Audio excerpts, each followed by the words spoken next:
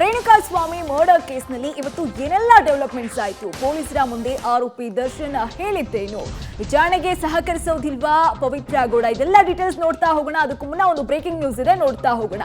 ಇವತ್ತು ಸ್ಟೋನಿ ಬ್ರೂಕ್ನಲ್ಲಿ ಪೊಲೀಸರ ಮಹಜರು ಕಂಪ್ಲೀಟ್ ಆಗಿದೆ. ದರ್ಶನ್, ಚಿಕ್ಕಣ್ಣ ಸೇರಿ 4 ಸಮ್ಮುಖದಲ್ಲಿ ಪಂಚನಾಮೆ ನಡೆದಿದೆ. ಆರೋಪಿ ವಿನಯ್ ಮಾಲೀಕತ್ವದ ಸ್ಟೋನಿ ಬ್ರೂಕ್ ಪಬ್ ಅದು, ಅಲ್ಲಿ ಎಲ್ಲಾ ರೀತಿಯ ಸ್ಥಳ ಮಹಜರನ್ನ ಪೊಲೀಸರು ಮಾಡಿದ್ದಾರೆ. ಹಾಸ್ಯ ನಟ ಚಿಕ್ಕಣ್ಣ ಅವರ ವಿಚಾರಣೆಯನ್ನ ಇವತ್ತು ಪೊಲೀಸರು ನಡೆಸಿದ್ರು. ರೇಣುಕಾಸ್ವಾಮಿ ಹತ್ಯೆ ದಿನ ಪಬ್ನಲ್ಲಿ ಚಿಕ್ಕಣ್ಣ ಅವರು ಇದ್ರು ಅನ್ನೋ ಮಾಹಿತಿಯನ್ನ ತಗೊಂಡು ಪೊಲೀಸರು ಇವತ್ತು ಅವ್ರನ್ನ ಕರ್ಕೊಂಡು ಹೋಗಿ ಪಬ್ನಲ್ಲಿ ಎಲ್ಲಾ ರೀತಿಯ ಮಹಜರನ್ನ ನಡೆಸಿದ್ರು. ಈಗ ಮಹಜರ್ ಕಂಪ್ಲೀಟ್ ಆಗಿದೆ ಅನ್ನೋ ಮಾಹಿತಿ ಸಿಗ್ತಾ ಇದೆ. ಪೊಲೀಸರು ಎಲ್ಲಾ ರೀತಿಯ ಮಹಜರನ್ನ ಕಂಪ್ಲೀಟ್ ಮಾಡಿ ಅಲ್ಲಿ ಯಾವ ರೀತಿಯಾಗಿ ಸಾಕ್ಷಿಯನ್ನ ಕಲೆಕ್ಟ್ ಮಾಡ್ಕೊಂಡಿದ್ದಾರೆ ಅದೆಲ್ಲವನ್ನ ಕೂಡ ಈಗ ಒಂದ್ ರೀತಿಯಾಗಿ ಕಾನ್ಫಿಡೆಂಟ್ ಆಗಿ ಇಡ್ತಾರೆ ಅನ್ನೋ ಮಾಹಿತಿ ಕೂಡ ಸಿಗ್ತಾ ಇದೆ. ಹಾಸ್ಯ ನಟ ಚಿಕ್ಕಣ್ಣ ವಿಚಾರಣೆಯನ್ನ ಈಗ ಪೊಲೀಸರು ಕಂಪ್ಲೀಟ್ ಮಾಡಿದ್ದಾರೆ. ಜೊತೆಗೆ ಅನ್ನಪೂರ್ಣೇಶ್ವರಿ ಪೊಲೀಸ್ ಸ್ಟೇಷನ್ಗೆ ಕೂಡ ಚಿಕ್ಕಣ್ಣ ಅವರನ್ನ ಕರ್ಕೊಂಡೋಗಿ ಅವ್ರೇನ್ ಇನ್ಫಾರ್ಮೇಶನ್ ಕೊಡ್ತಾರೆ ಅದೆಲ್ಲವನ್ನ ದಾಖಲು ಮಾಡ್ಕೊಳ್ತಾರೆ ಅನ್ನೋ ಮಾಹಿತಿ ಕೂಡ ಸಿಗ್ತಾ ಇದೆ. ಅವತ್ತು ಹತ್ಯೆ ನಡೆದಂತಹ ದಿನ ಚಿಕ್ಕಣ್ಣ ಅವರು ಕೂಡ ಸ್ಟೋನಿ ಬ್ರೂಕ್ ಪಬ್ನಲ್ಲಿ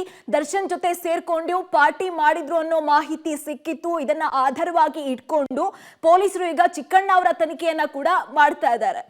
ಓಕೆ, ಈ ಬಗ್ಗೆ ಡೀಟೇಲ್ಸ್ ಕೊಡ್ತಾ ಹೋಗ್ತಾರೆ ನಮ್ಮ ಪ್ರತಿನಿಧಿ ಉಮೇಶ್. ಈಗ ಏನ್ ಸಾಕ್ಷ್ಯ ಸಿಕ್ಕಿದೆ ಸ್ಟೋನಿ ಬ್ರೂಕ್ ನಲ್ಲಿ ಪಬ್ ನಲ್ಲಿ, ಜೊತೆಗೆ ಈಗ ಚಿಕ್ಕಣ್ಣ ಅವರ ವಿಚಾರಣೆ ಯಾವ ರೀತಿಯಾಗಿ ನಡೀತಾ ಇದೆ, ಸ್ಟೇಷನ್ ಕರ್ಕೊಂಡು ಹೋಗಿದ್ದಾರೆ ಅನ್ನೋ ಮಾಹಿತಿ ಸಿಗ್ತಾ ಇದೆ, ಏನ್ ಡೀಟೇಲ್ಸ್ ಕೊಡ್ತೀರಾ ಅಂತ?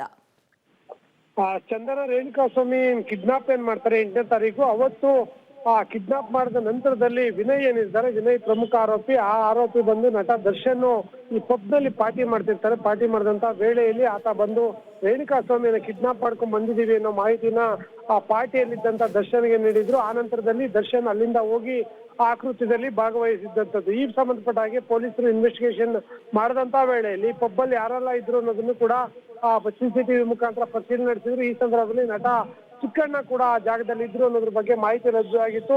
ಅವತ್ತಿನಿಂದ ಇಲ್ಲಿವರೆಗೂ ಕೂಡ ತನಿಖೆ ನಡೆದಂತ ಪೊಲೀಸರು ಇವತ್ತು ಬೆಳಗ್ಗೆ ಕಾಮಾಕ್ಷಿಪಾಳ್ಯ ಪೊಲೀಸರು ಚಿಕ್ಕಣ್ಣಗೂ ಕೂಡ ನೋಟಿಸ್ ನೀಡಿ ಆ ಸ್ಥಳದಲ್ಲಿ ನೀವಿದ್ರಿ ಅನ್ನೋದ್ರ ಬಗ್ಗೆ ಮಾಹಿತಿ ಲಭ್ಯ ಆಗಿರುವಂತದ್ದು. ಹಾಗಾಗಿ ಪ್ರಕರಣಕ್ಕೆ ಸಂಬಂಧಪಟ್ಟಂಗೆ ವಿಚಾರಣೆಗೆ ಹಾಜರಾಗಿ ಅಂತ ನೋಟಿಸ್ ಕೂಡ ನೀಡಿದ್ರು.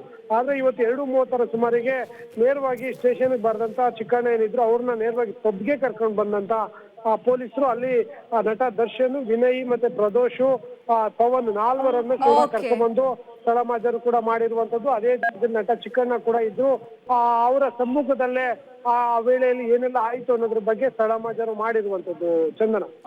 ಓಕೆ, ಧನ್ಯವಾದ ಉಮೇಶ್ ತಮ್ಮೆಲ್ಲ ಡೀಟೇಲ್ಸ್ಗಾಗಿ.